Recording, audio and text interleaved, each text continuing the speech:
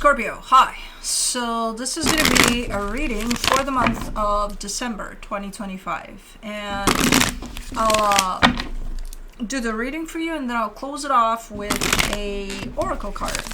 And these are general readings, so they may not resonate for all of you. If they do, there is an extended at the end of the video. You can check out the link for that in the description box below if you want. We've got both Scorpio girls in the house. There's Juno there, and there's Cosmo there.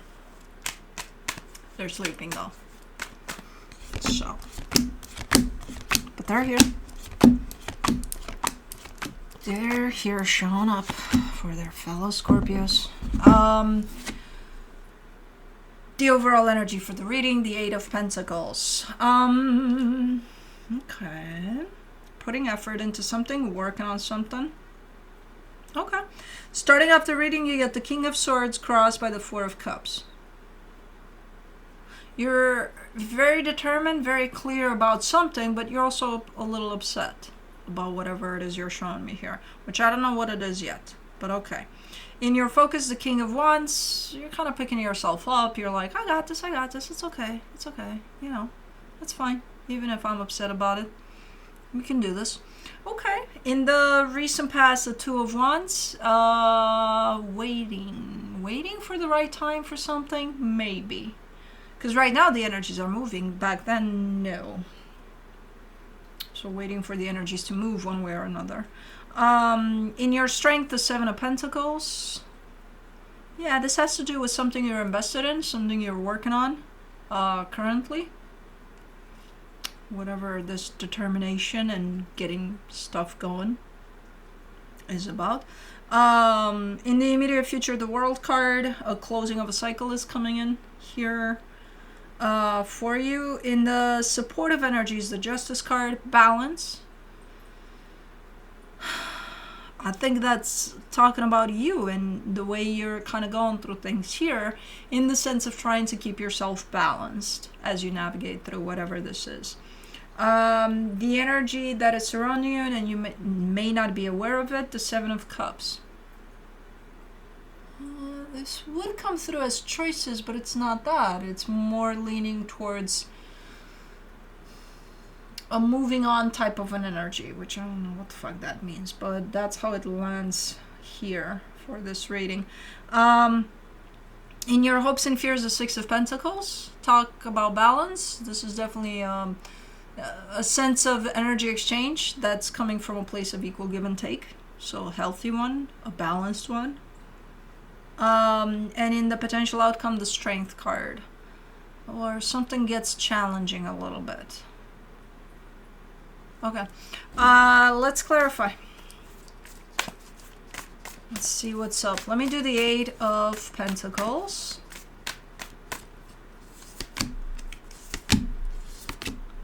For the Eight of Pentacles, you get the Page of Pentacles, the Two of Pentacles, the Ten of Pentacles. You're trying to keep something steady, something that has to do with your stability. You're trying to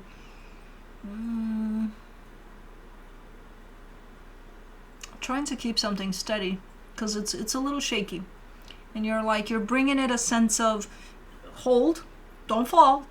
You know, you're the one that's making it or having it not crumble. Somehow.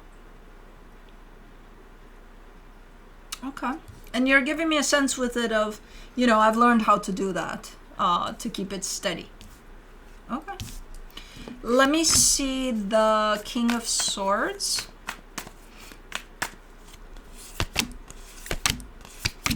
The Three of Wands, the Wheel of Fortune, the Five of Wands.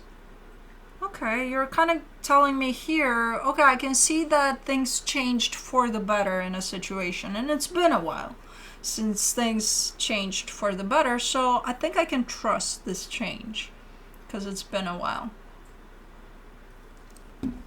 You're still affected by it though, because you're still upset that things weren't that good before the change, but so you're still carrying a little bit of For the Four of Cups, you get the Seven of Wands, the Temperance card, the Three of Pentacles.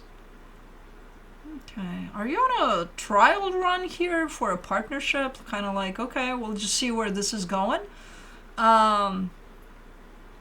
Because you're trying not to be upset, not to let that all go. Like if this was a situation in which things weren't great within a partnership that you're part of, and then things did change for the better, and then you're acknowledging that yes, there has been a change, and yes, things are looking way better than they did before, but the before part carries a certain aspect to it, a certain energy, and you're still holding on to some part of that, not all of it. It's not like you're holding a grudge or anything like, oh, but remember that time when you were an ass to me or whatever.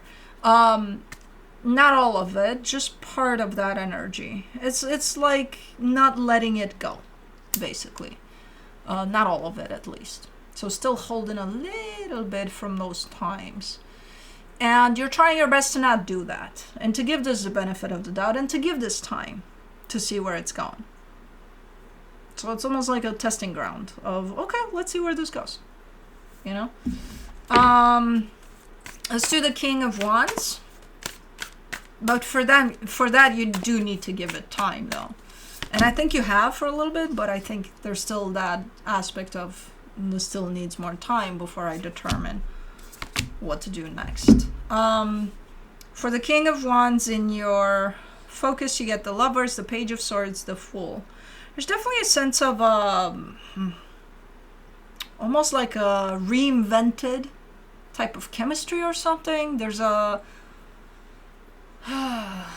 there's a chemistry aspect to things. I feel attracted to this, let's say, and it feels like you have been before attracted to whatever that is that you're pointing at, or whoever that is, but this time is different, you know? And if it's part of the change of the dynamic here, I can understand that. It's like, you know, it's coming to the surface in a different way than it has before. It's like, I felt this before, but different. You know? So there's definitely that sense of attraction that's almost looking reinvented. Which makes sense, again. If there's a change at play for a dynamic, it makes sense that it would show up a little different. For the Two of Wands in the recent past, you get the Two of Wands again, the Sun, the King of Swords. Yeah, you decided at some point to maybe give this some time. If, again, this came from a place of and who knows what happened there, maybe you both, because it's not just you here, there's two energies at least, maybe you both decided, hey, we're going to try to change this, but in order for that to happen, we both acknowledge that this is going to take time. It's not going to change from one day to the other, you know? So this is almost a mutual agreement. And I see you deciding especially that, you know, if this stands any kind of chance for redemption, it does need time. So there's definitely that understanding that this is not going to change just like that overnight. For the Seven of Pentacles, in your strength, you get the Empress, the Eight of Pentacles, the Moon. There is investment on both sides. There is participation on both sides for this to change for the better. So it's not super equal, but it's almost. It's by a fraction, not equal, in the investment here. In terms of one of you is given by a fraction, a little more. Or the other one is given a little less by a fraction. Okay. It's not problematic, though. It's not like, oh, it's not equal? Pff, fuck this shit. No. No. It's just, it needs to be there, acknowledged somehow, and, you know, keeping an eye on it. For the World card in the immediate future, you get the Three of Cups, the Magician, the Eight of Cups.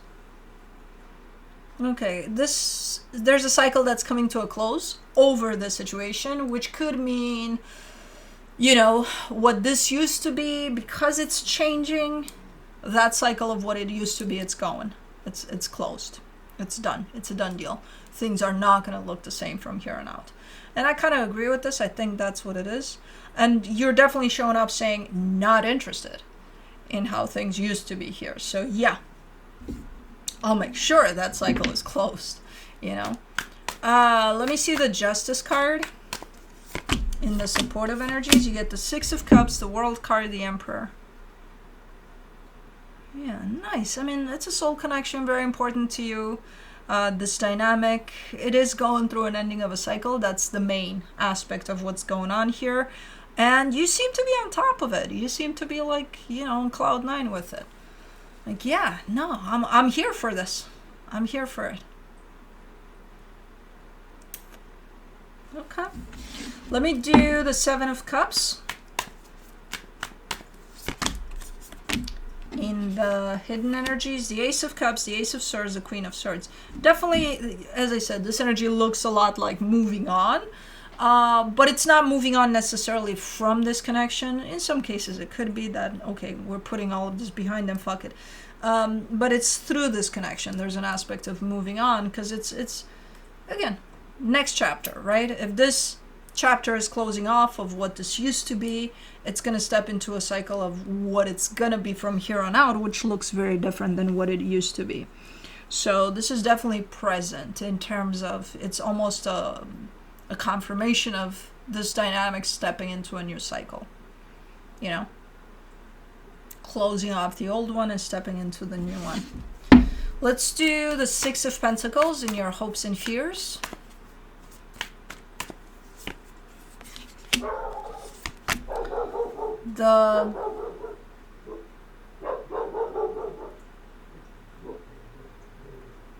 What's up? Sorry. What's going on? Did somebody bother you from your sleep? Did you have a dream? Baba, it's okay to bark. Just don't do it at this door. Go over there and bark. Go. Go. Take it with whoever bothered you. Apparently I did. Did you have a dream about Mama doing something nasty that you're barking at? I'm sorry. For the me in your dream, I'm sorry, because I don't know why else you would bark. I can't hear shit outside going on. But you could. You're a dog, you know, you could. But anyways, for the Six of Pentacles, in your hopes and fears, you get the Five of Pentacles, the Seven of Swords, the Six of Swords.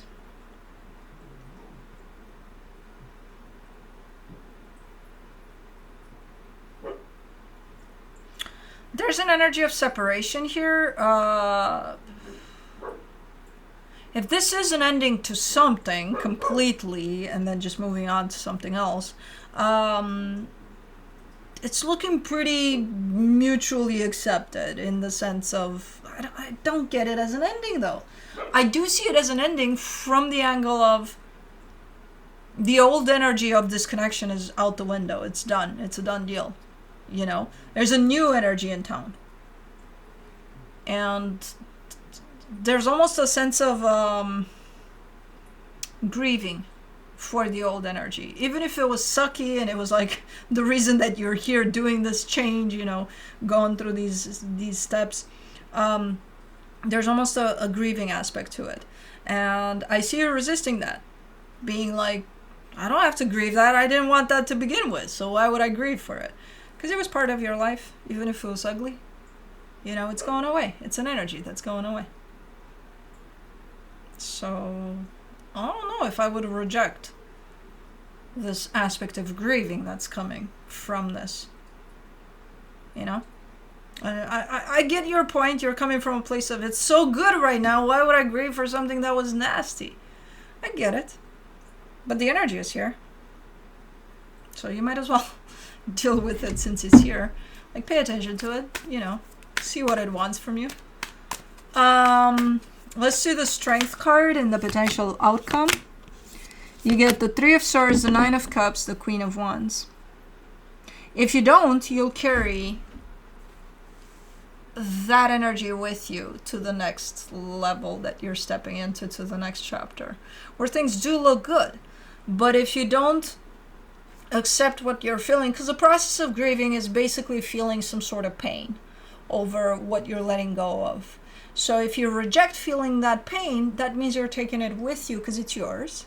So it comes with you in the next chapter that you're stepping into. And that chapter is made of beautiful energy. Do you want to bring that energy of that pain? Kind of spread it out, being like, here's my pain from not grieving, from what we just left behind. Here. Everywhere. I'll paint the new chapter with my own pain from the previous chapter. That means you're recreating the old chapter at some point. So I would suggest taking a look into that energy, and when it does come, no matter how ridiculous it may seem or sound, deal with it. Don't just reject it, being like, I don't need to grieve that, I don't need to. I think you do. But anyways, let's see what the universe has as a final advice for you. The Queen of Swords, the Nine of Wands, the Empress. Whatever aspects of yourself are going to want to show up through this, let them. Don't reject them. When you do that, you reject yourself. That creates pain for you. That pain you're bringing with. So if a part of you that was part of the old cycle wants to show up, that's been nasty or unhealthy, or who knows how it's going to show up, don't be like, oh, I hate that part of me. Embrace it. Love it. See what happens when you love it. That doesn't mean you have to use it. That doesn't mean you have to still show up in that part of you. No. You've healed enough to not show up in it. But when it does show up for you in the sense of maybe a memory of, this reminds me of me doing that, don't reject that. I see you having the tendency to just because it was ugly, all of whatever that was, like you're pushing it. No. Part of it was you. And no matter how ugly that part is, it needs love, not rejection. When you're rejected, including the grieving process of things there, you create pain for you. You're rejecting part of you. That's painful. And again, you're bringing that pain with. You're not leaving it there in the old chapter. You're bringing it with. So a little more awareness over this aspect of, old unhealthy things popping in, including the grieving process over that. I think you'll be fine here. Just a little more awareness over that aspect. But let's do the Hummingbird Wisdom Oracle.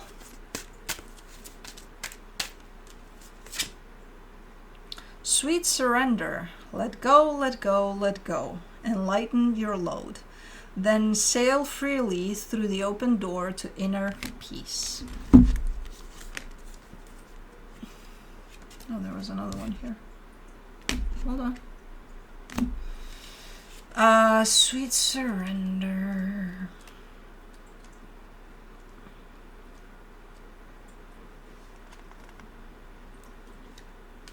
Come on. I know you're here. No, not you. Come on. Here? No. Where are you? Oh, here. No. Here. Yes. Okay. After 10 attempts, it's like, yeah, should be there. A shimmering sea of gold hummingbirds engulf you, some softly alighting on your head and heart, bringing you strength, hope, courage, and peace of mind. You've been worrying too much, they say with compassion. Do not fret about what has passed or what is to come. All is well, we promise. The cherubic-like birds ask you to surrender all your worries, doubts, and fears to them. Tenderly, they want you to know that letting go is not about giving up or giving in. It's about preening away the dirt, broken feathers to reveal the beauty beneath, which springs from your trust and inner knowledge that you are safe, loved, and whole in this moment and every moment. Deep down, you know that everything is all right and always works out for the greatest good, even if it's difficult to fully believe right now.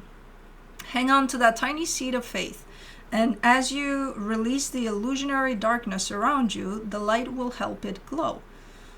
Not glow, grow, but glow too. Great peace comes from accepting what is. Then and only then will you find the blessings in the situation. This card is also about forgiveness. The first situation or person to come to mind is likely where it is needed. Holding on to anger, blame, and disappointment is akin to trying to fly with oil on your feathers. Remember that when someone hurts us, it is more about their own pain and inner conflict than about us. Rather than allow the bitterness to fester, affecting your emotional and physical state of being, you can use surrender as the salve to soothe and heal your pain. As you let go, the golden hummingbirds flutter before you and come together, taking the shape of a key. For when you surrender your worries and pain and allow yourself to drink in the sweetness of this precious moment, you'll unlock the door to true freedom and inner peace. Affirmation. I breathe out and release my worries to the universe. I breathe in the sweet essence of inner peace. Cool. Anyways, that's what I have for you. Hope this helped, and I'll see you next time. Bye.